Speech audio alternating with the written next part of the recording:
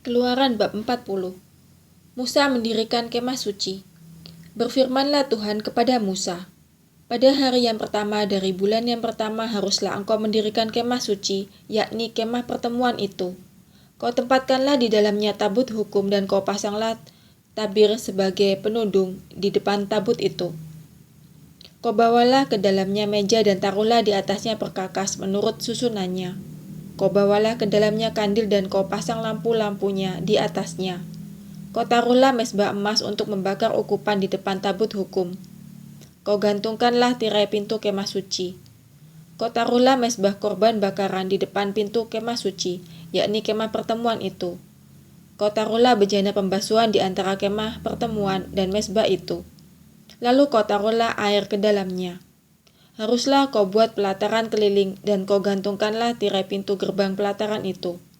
Kemudian kau ambillah minyak urapan dan kau urapilah kemah suci dengan segala yang ada di dalamnya.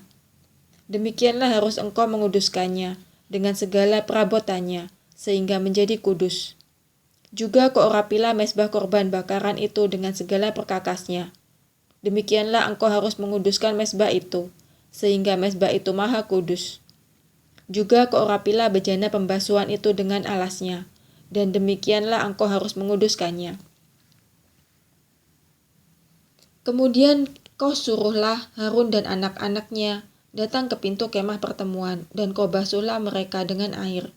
Kau kenakanlah pakaian yang kudus kepada Harun, kau urapi dan kau kuduskanlah dia supaya ia memegang jabatan imam bagiku.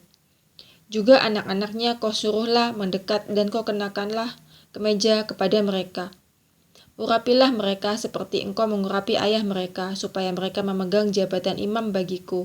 Dan ini terjadi supaya berdasarkan pengurapan itu, mereka memegang jabatan imam untuk selama-lamanya turun-temurun. Dan Musa melakukan semuanya itu tepat seperti yang diperintahkan Tuhan kepadanya, demikianlah dilakukannya. Dan terjadilah dalam bulan yang pertama tahun yang kedua pada tanggal 1 bulan itu, maka didirikanlah kemah suci. Musa mendirikan kemah suci itu. Dipasangnyalah alas-alasnya, ditaruhnya papan-papannya, dipasangnya kayu-kayu lintangnya dan didirikannya tiang-tiangnya. Dikembangkannyalah atap kemah yang menudungi kemah suci dan diletakkannya tudung kemah di atasnya, seperti yang diperintahkan Tuhan kepada Musa. Diambilnyalah loh hukum Allah dan ditaruhnya ke dalam tabut. Dikenakannyalah kayu pengusung pada tabut itu dan diletakkannya tutup pendamaian di atas tabut itu. Dibawanyalah tabut itu ke dalam kemah suci, digantungkannyalah tabir penudung dan dipasangnya sebagai penudung di depan tabut hukum Allah, seperti yang diperintahkan Tuhan kepada Musa. Ditaruhnyalah meja di dalam kemah pertemuan pada sisi kemah suci sebelah utara, di depan tabir itu.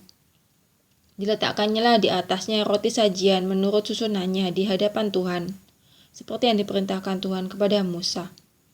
Ditempatkannya kandil di dalam kemah pertemuan berhadapan dengan meja itu, pada sisi kemah suci sebelah selatan. Dipasangnya lampu-lampu di atasnya di hadapan Tuhan, seperti yang diperintahkan Tuhan kepada Musa.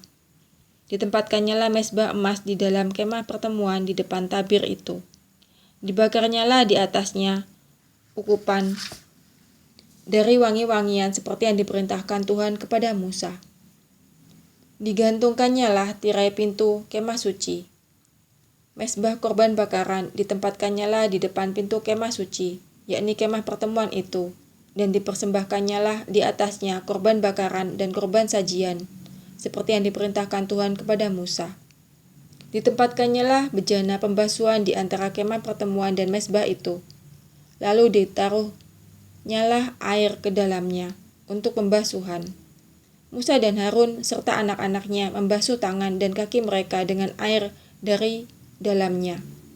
Apabila mereka masuk ke dalam kemah pertemuan dan apabila mereka datang mendekat kepada mezbah itu, maka mereka membasuh kaki dan tangan, seperti yang diperintahkan Tuhan kepada Musa. Didirikannya tiang-tiang pelataran sekeliling kemah suci dan mezbah itu, dan digantungkannya tirai pintu gerbang pelataran itu. Demikianlah diselesaikan Musa pekerjaan itu. Kemuliaan Tuhan memenuhi kemah suci. Lalu awan itu menutupi kemah pertemuan, dan kemuliaan Tuhan memenuhi kemah suci, sehingga Musa tidak dapat memasuki kemah pertemuan, sebab awan itu hinggap di atas kemah itu, dan kemuliaan Tuhan memenuhi kemah suci.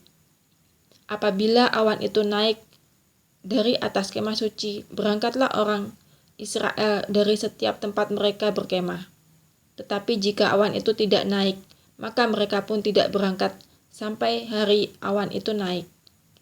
Sebab awan Tuhan itu ada di atas kemah suci pada siang hari, dan pada malam hari ada api di dalamnya, di depan mata seluruh umat Israel pada setiap tempat mereka berkemah.